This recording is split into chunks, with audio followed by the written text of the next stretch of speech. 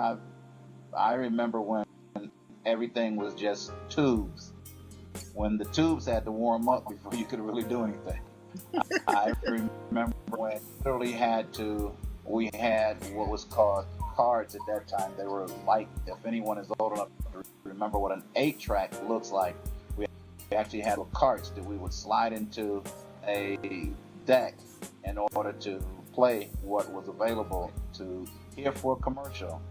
We literally had to write our commercials by hand or maybe have a typewriter and type them out and read the script as we were doing it. We didn't always have the luxury of recording. If we did, it was on a reel-to-reel recorder.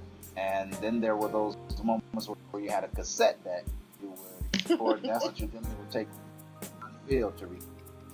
And so, yeah, media has grown and improved exponentially over the years to where now you can carry a iPod or carry a cell phone with you and have a camera and be able to transmit what you're recording right from the site that you're at and get the same quality as we did then with carrying a 15 or 20 camcorder to a particular location and recording then. So yes, the media has improved drastically and much better than it was 20 years ago.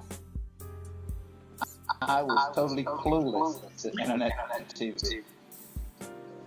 Outside of conducting business on my website or working on a strategy for business or reading my email, other than that, that's it. Or listening to the radio on the internet, or maybe watching a movie that's on a DVD on my laptop.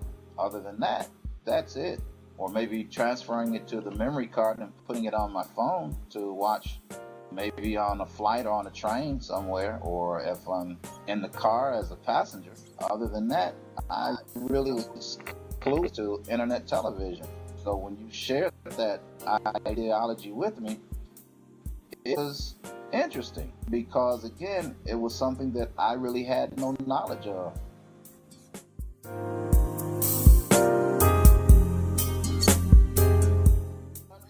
There's one particular program that you shared viewing called 12 Steps.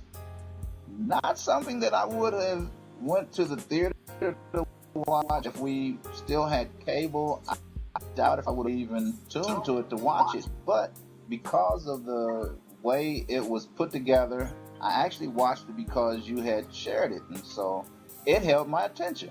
And I was like, wow, this is on the internet. That's interesting.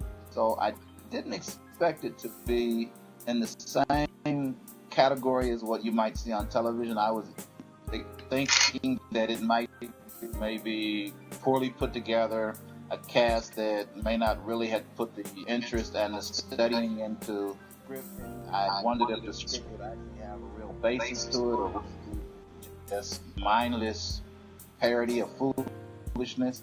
And it actually wasn't. It did have a good script. It did have a good storyline, one that you could follow, and it was actually somewhat intriguing because you could somewhat read what direction they were going, but you couldn't totally see where the actual concept was headed next. So again, it held my attention, and 12 program that, like I said, if it was on my own, I may not have watched it, but it actually held my attention once I did tune into it. And I also want to say this, that I've seen another network because of 12 Steps. I think it was Blip TV.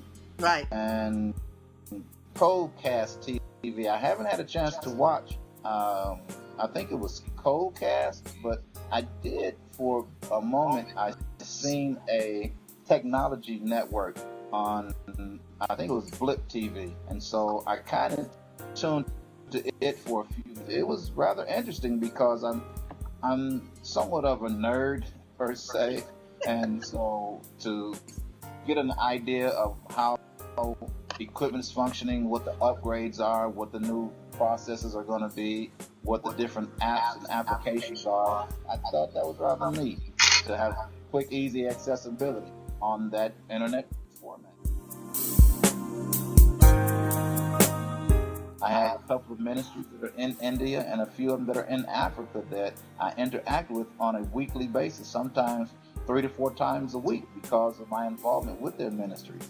And so with that, it gives me the ability that if the internet wasn't available, I'd spend a lot of money on the telephone. Some of them I probably would have never known about if it wasn't because of the internet.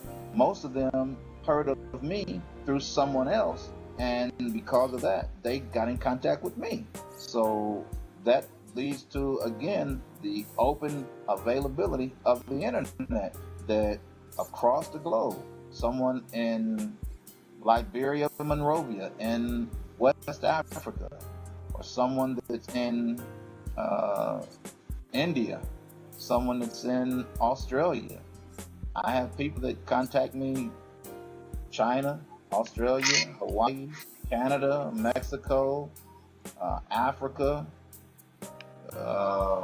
Russia, you name it, globe throughout the U.S. And so if it weren't for the internet, some of these people I may not have met, and some of them it might be months or years, if ever, I would have met. But the internet has closed the gap and made it much easier to enter thousands and tens of thousands of miles. So, yeah, I think that with this format that is being available for minorities to produce and to make product that's accessible across the globe, wonderful opportunity, great adventure, and success is available.